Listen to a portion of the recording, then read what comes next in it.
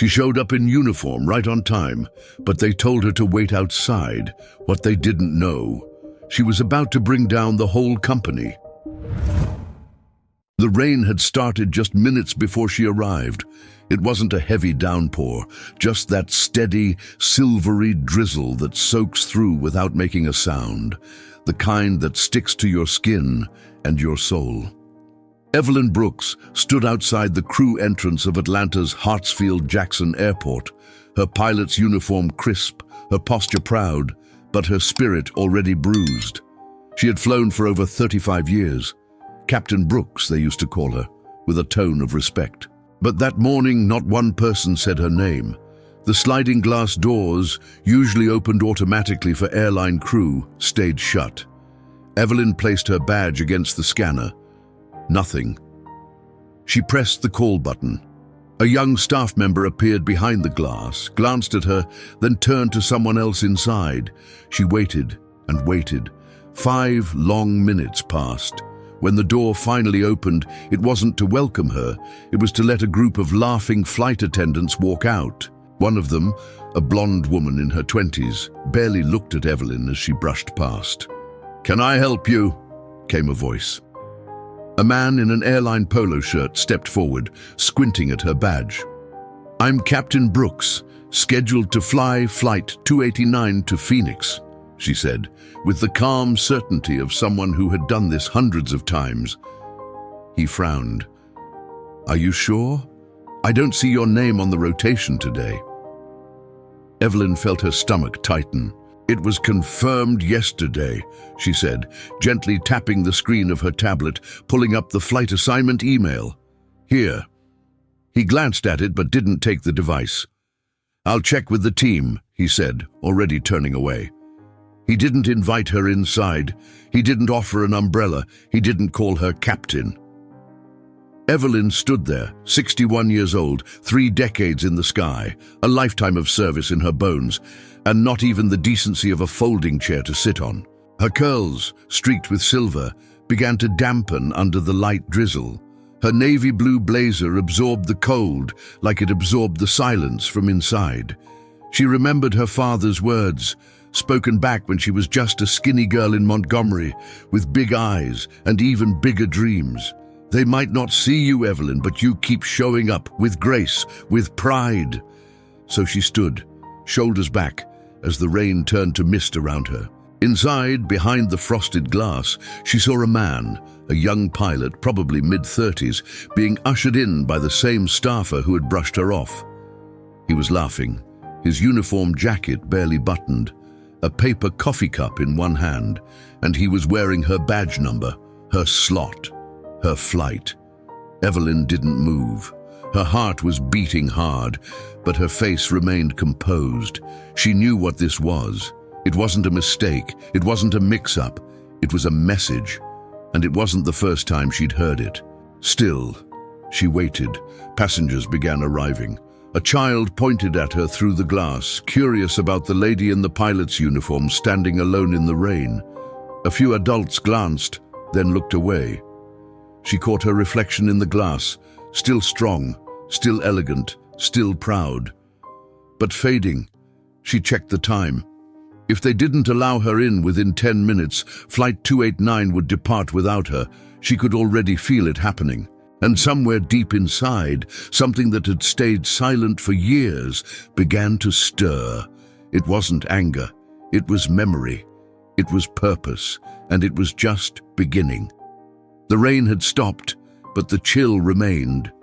Evelyn finally stepped inside, not because anyone invited her, but because the door had opened again briefly for someone else. She slipped in, unnoticed, like a ghost. Her shoes squeaked softly against the polished floor, still damp from the drizzle. The warmth inside only made the cold in her bones more noticeable. She headed for the crew lounge, a familiar hallway lined with framed photos of the company's legacy captains. She paused as she passed them. All white, all men, all smiling. She had never been on that wall. When Evelyn entered the lounge, conversations dimmed. Not completely, but enough. Eyes flicked her way, then quickly away. The same look you give someone you're not sure you're supposed to recognize. She walked slowly, head high, toward the operations desk. A younger woman with tight blonde curls and a plastic smile looked up. "Hi, can I help?" She stopped. Her eyes scanned Evelyn's uniform, then her face. She blinked. "Oh, we weren't expecting you today." Evelyn didn't flinch. "I'm scheduled for flight 289. Captain Brooks." The woman tapped a keyboard. Her fingers moved too quickly, like someone pretending to look busy. "It's not showing you in the active rotation." "I was confirmed yesterday, seniority bump." A pause, a flicker of something in the woman's eyes, annoyance maybe, or discomfort.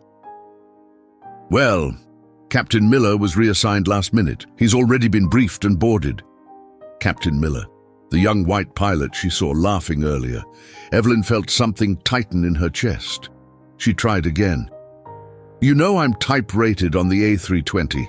I've flown this route dozens of times." The woman shrugged. "I'm just following protocol." Protocol.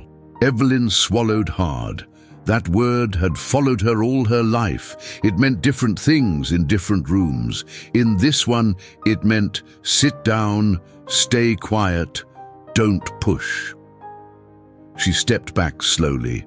There were other crew members in the room, some she had flown with before. A few nodded politely. None said anything. That was the part that hurt the most. Not the denial, not even the dismissal, but the silence, the complicity. Evelyn remembered her very first flight as a commercial pilot.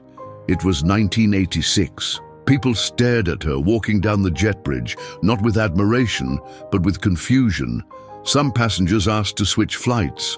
One man refused to board when he saw a black woman in the cockpit. But she flew anyway. She flew through turbulence and prejudice, through storms in the sky and storms in the world below.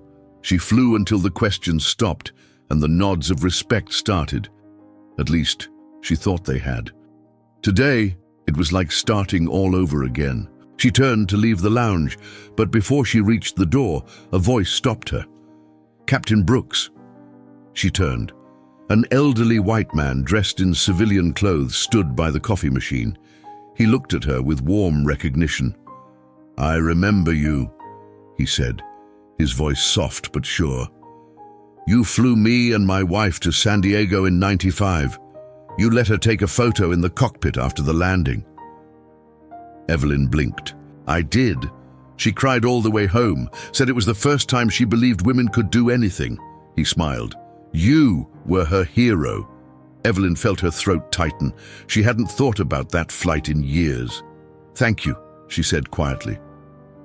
The man looked at the others in the room, then back at her. They should be ashamed. No one responded. She nodded once, then walked away. Back in the terminal, she found a quiet bench near gate C12. Planes took off and landed outside the tall windows. Travelers passed by with luggage and coffee cups and headphones, lost in their own worlds. She sat still, hands folded in her lap, like a woman waiting for more than just a flight.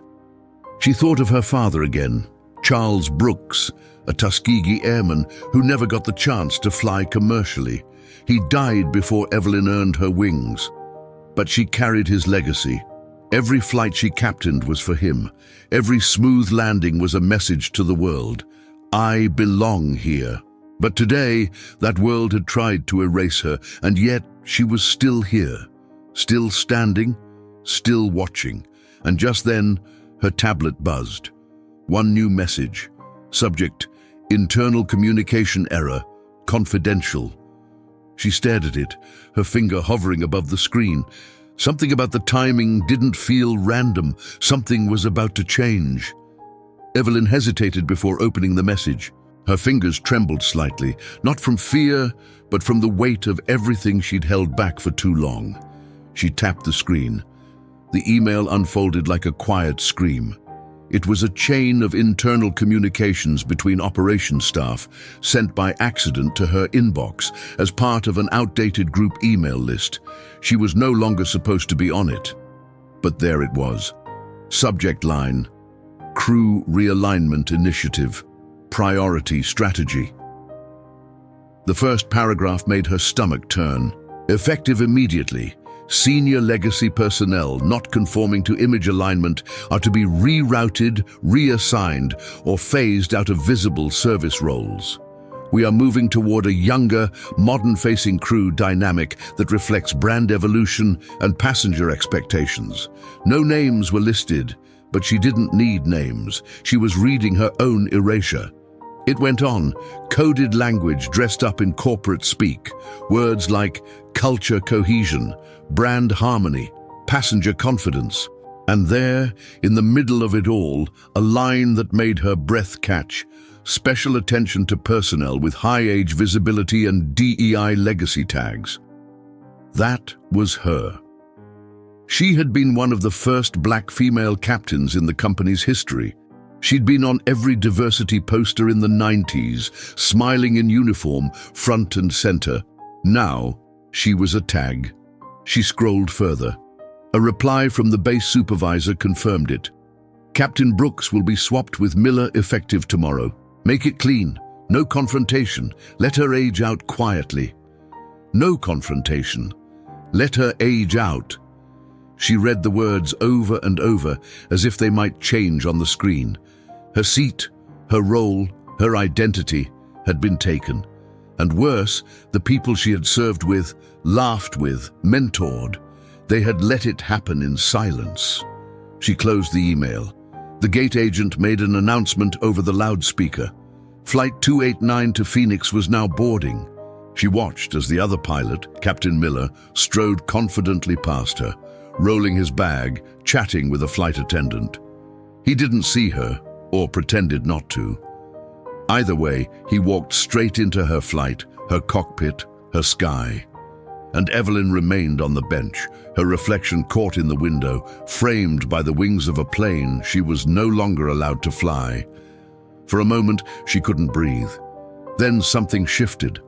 A quiet fury rose in her chest, not explosive, not theatrical, just unshakable. She reached for her bag and pulled out a small black notebook, the one she kept tucked away for moments like this. She flipped past notes, schedules, airport codes, until she found a single quote she'd written years ago.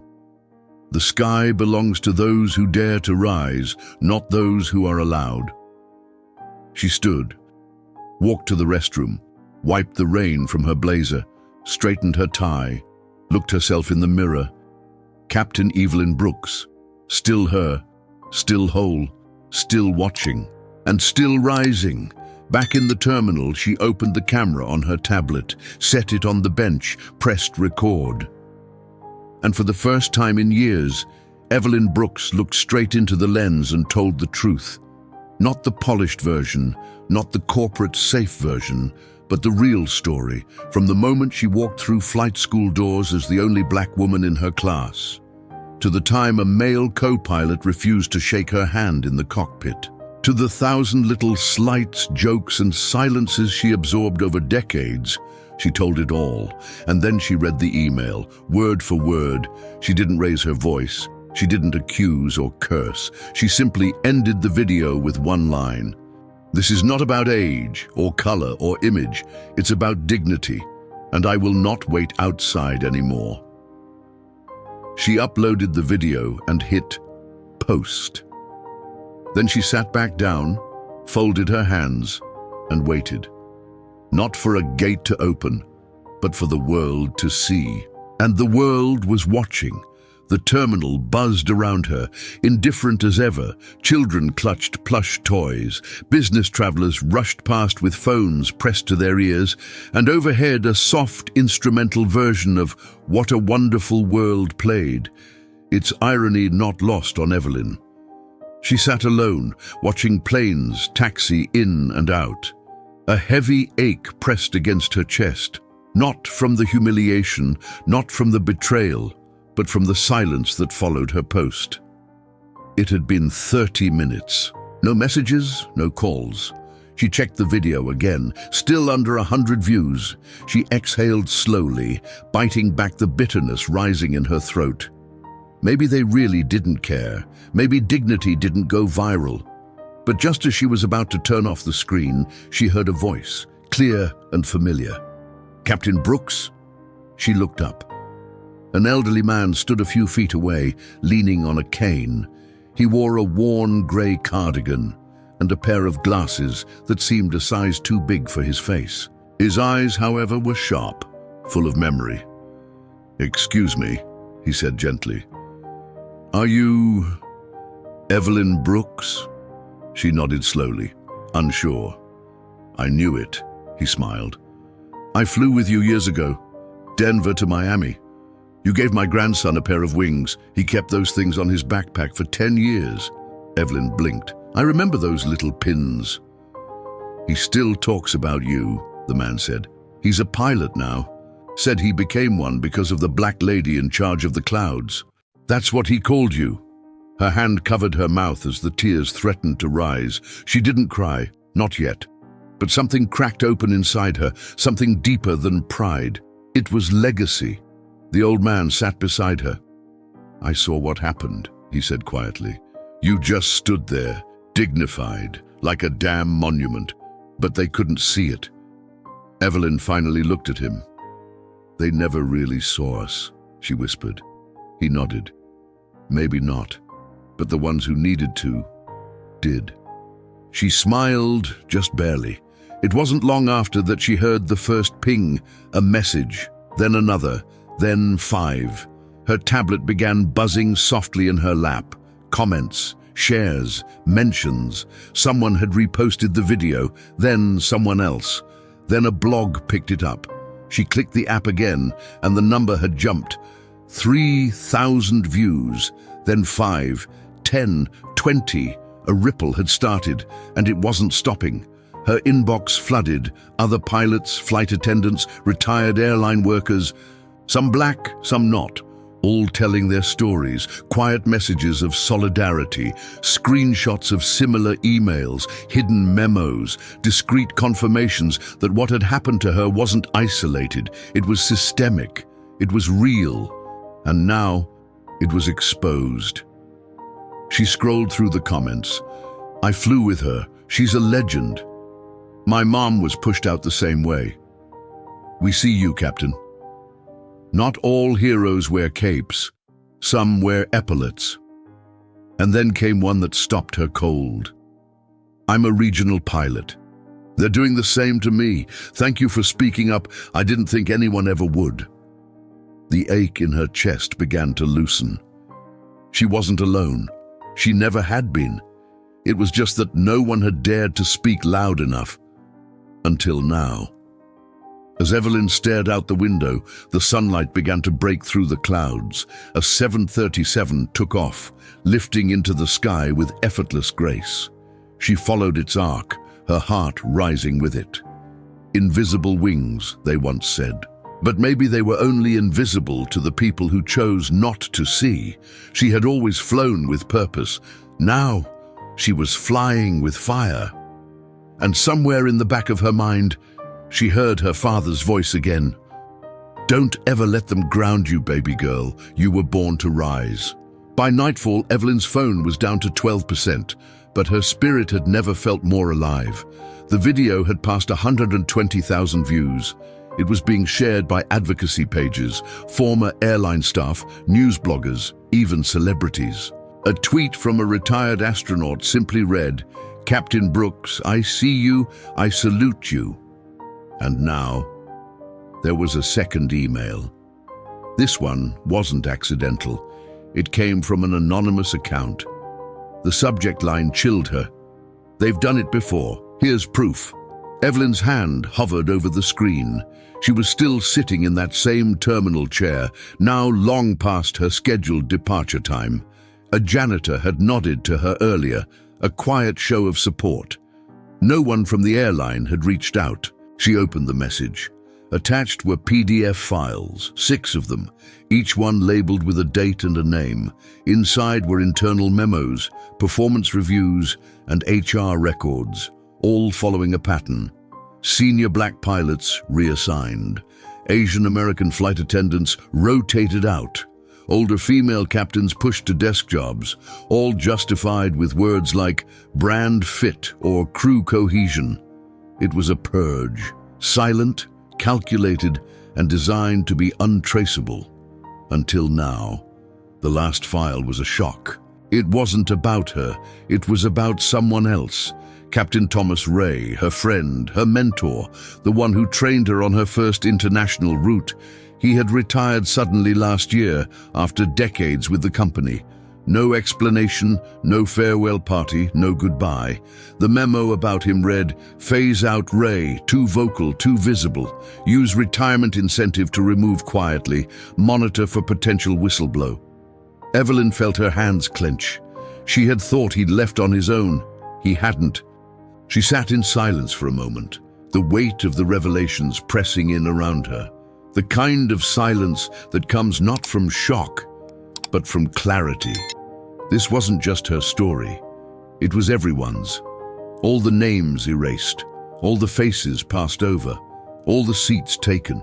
She stood, her knees a little stiff from the hours seated. Across the terminal, a news crew was filming a segment about holiday travel delays. She walked toward them, not rushed, not desperate, just steady. She waited until they finished filming, then stepped forward. "I have something you might want to see," she said to the reporter, holding out her tablet. An hour later, she was sitting in a back office with lights in her face and microphones clipped to her lapel. And this time, she didn't hold back. She told the story from the beginning, her childhood dreams, her father's legacy, the battles she fought quietly for decades, and the betrayal she felt standing in the rain that morning. Then she showed the emails, all of them. When she finished, the reporter leaned in, voice low and reverent. "Captain Brooks, what do you want to happen next?" Evelyn paused. She could have said lawsuits. She could have said public apologies. She could have said money. Instead, she said, "I want every little girl watching this to know that when someone closes a door on you, it's not because you don't belong inside. It's because they're afraid of what you'll do when you walk in." The segment aired within 2 hours. By midnight, national outlets were calling.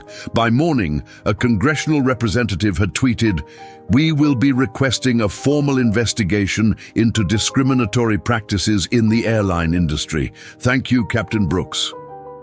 Evelyn stared at her screen, quiet, humbled, overwhelmed, but not surprised.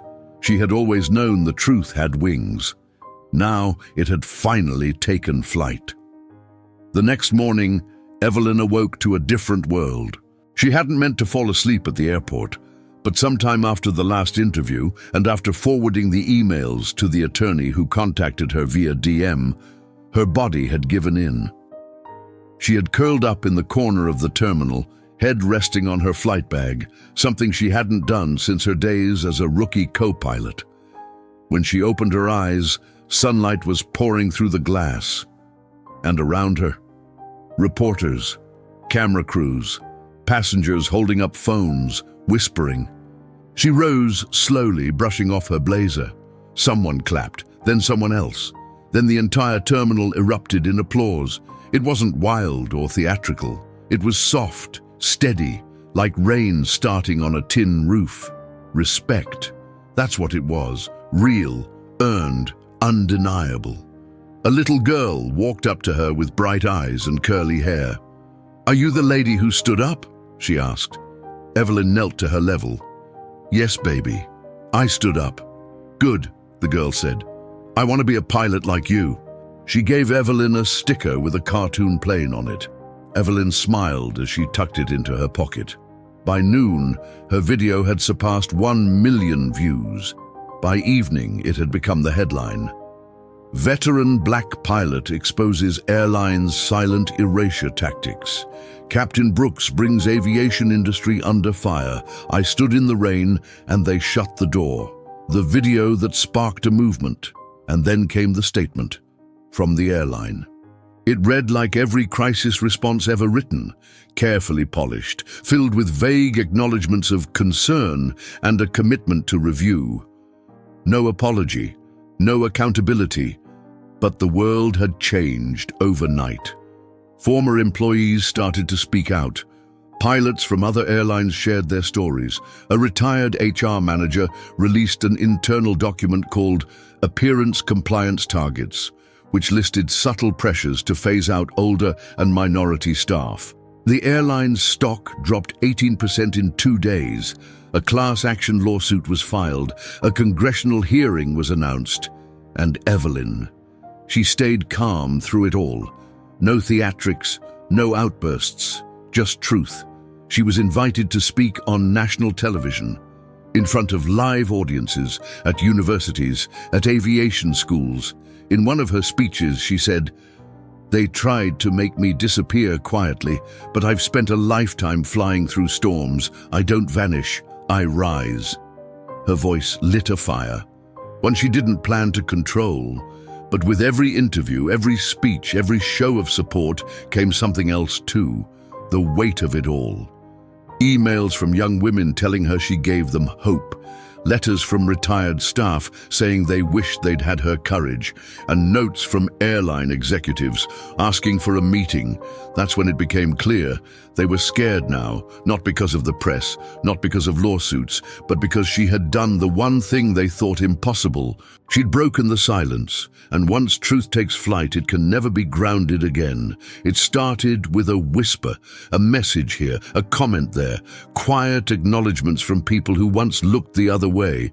Now, they were looking at her and speaking. Within a week, Evelyn's video had become more than viral. It had become historic. Airline professionals across the country began uploading their own stories. Pilots, crew chiefs, flight attendants, gate agents, retired mechanics, each one holding on to a secret they'd kept far too long. One by one, they stepped forward. They called me Grandma over the intercom. I was 52. My evaluations dropped after I grew out my natural hair. They told me I was too urban for first-class service. And Evelyn watched it unfold with a strange calm, like watching a dam give way to the flood you always knew was coming. It wasn't vengeance, it was vindication. One evening, her phone rang with a number she hadn't seen in years. "Evelyn, it's Tom." Captain Thomas Ray, his voice sounded the same, gravel and warmth. "I saw the video," he said.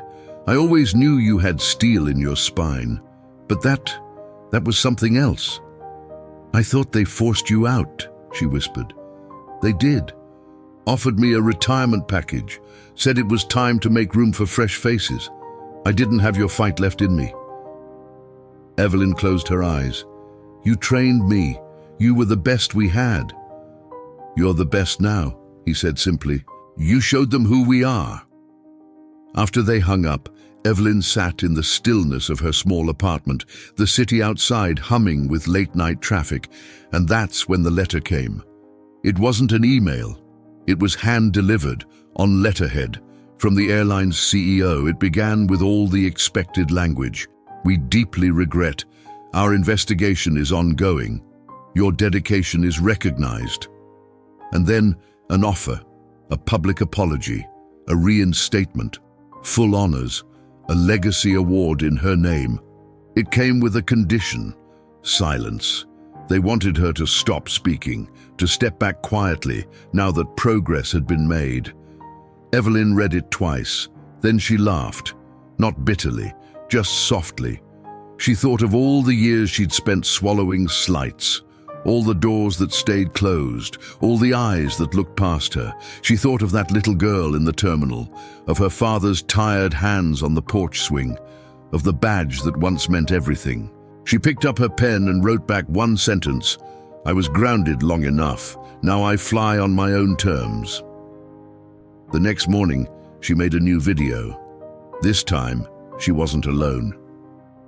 Beside her stood 4 other retired captains, 2 women, 1 black, 1 Latina, and a white man who once quit in protest.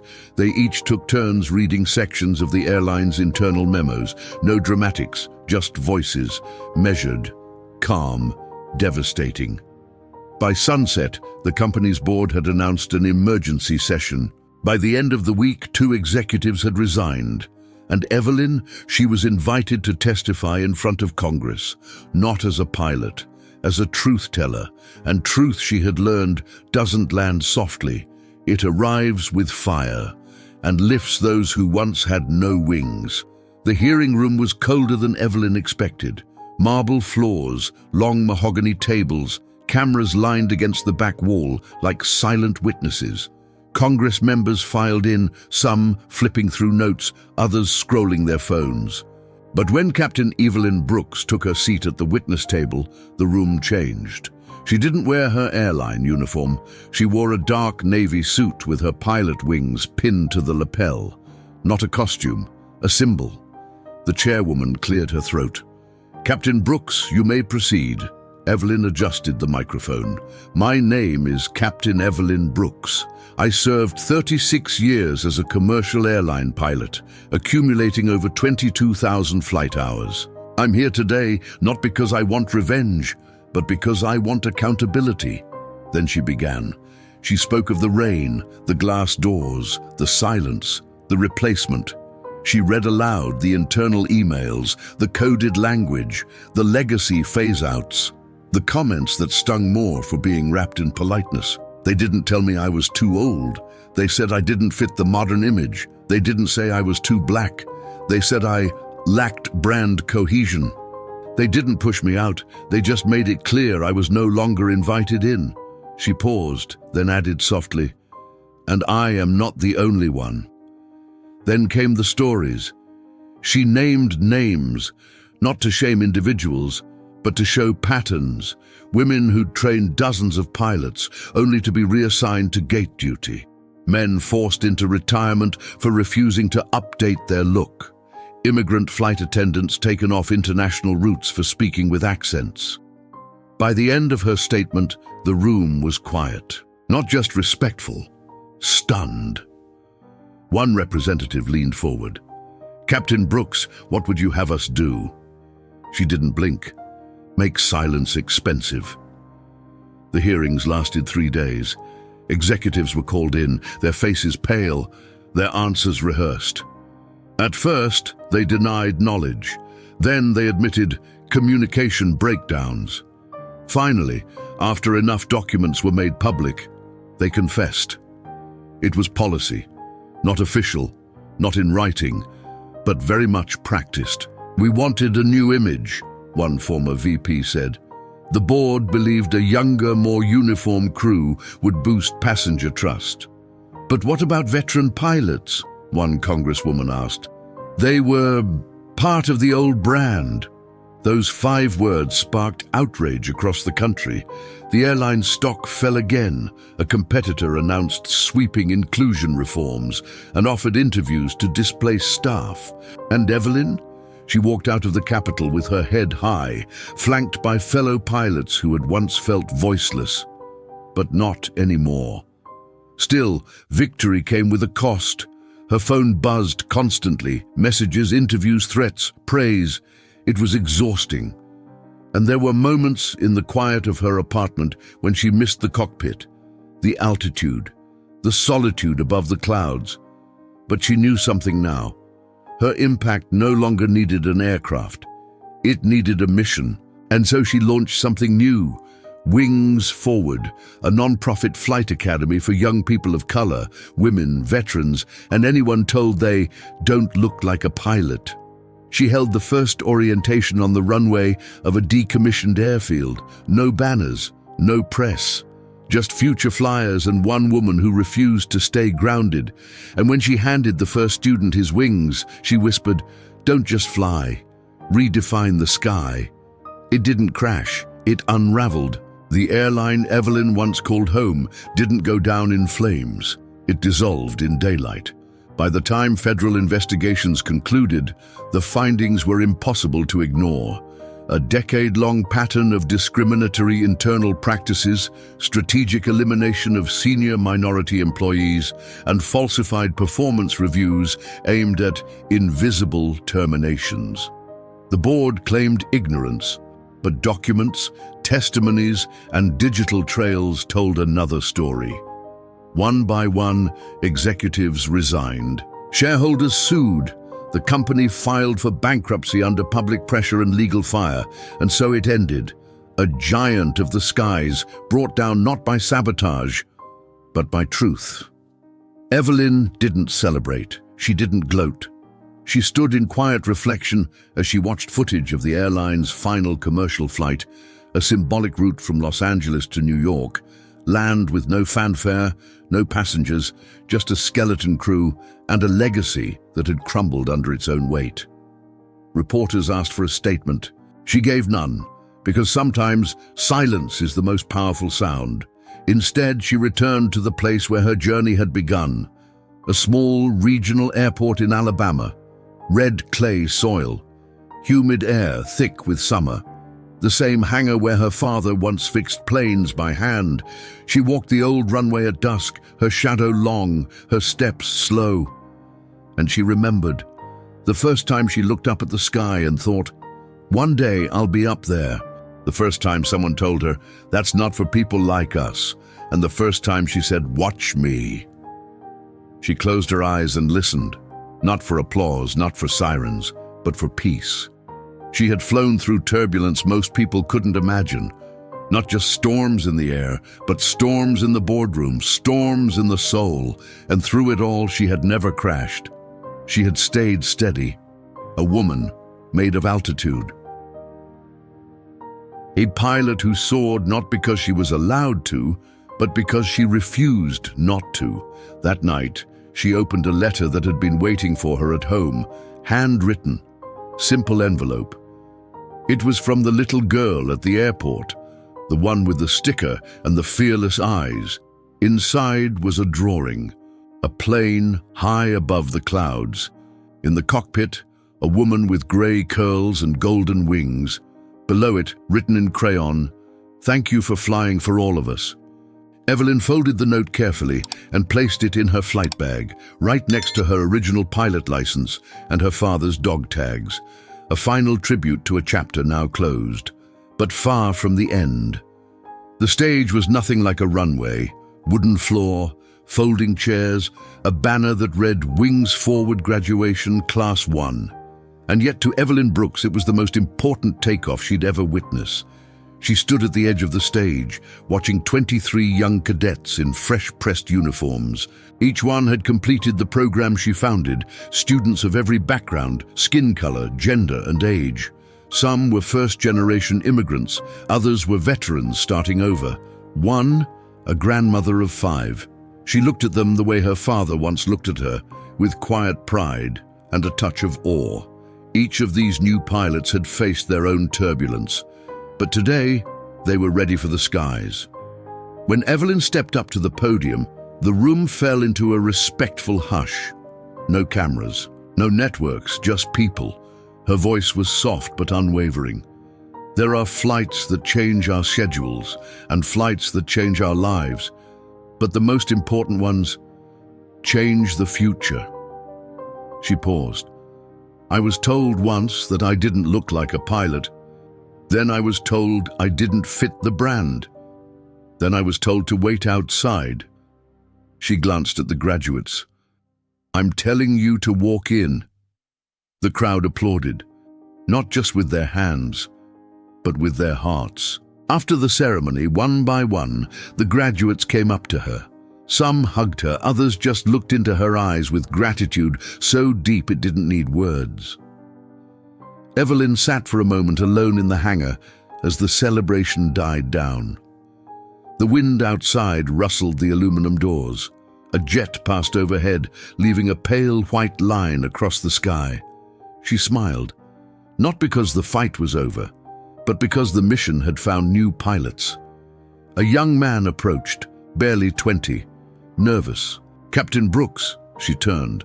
I wanted to ask, are you ever going to fly again? She chuckled softly. Every day. But I mean, you know, like in the cockpit. Evelyn looked out the window. I've had my final flight in that seat, she said. But flying is something you carry inside you. It's what lifts you.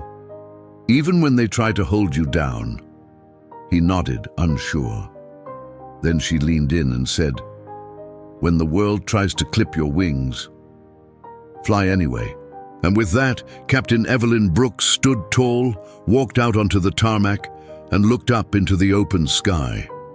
Not as someone who was grounded, but as someone finally ready for takeoff. Captain Evelyn Brooks reminded us that some people fly not just with engines, but with courage. She taught us that when the world tries to close a door, you don't knock louder. You build your own runway. Now, I want to hear from you. Have you ever felt pushed aside, ignored, told you didn't belong? Share your story in the comments. Let's lift each other up. If this story moved you, please consider hitting the super thanks button below to support our channel and keep stories like Evelyn's alive. Don't forget to subscribe, hit the notification bell, and watch the next powerful story appearing right here on your screen.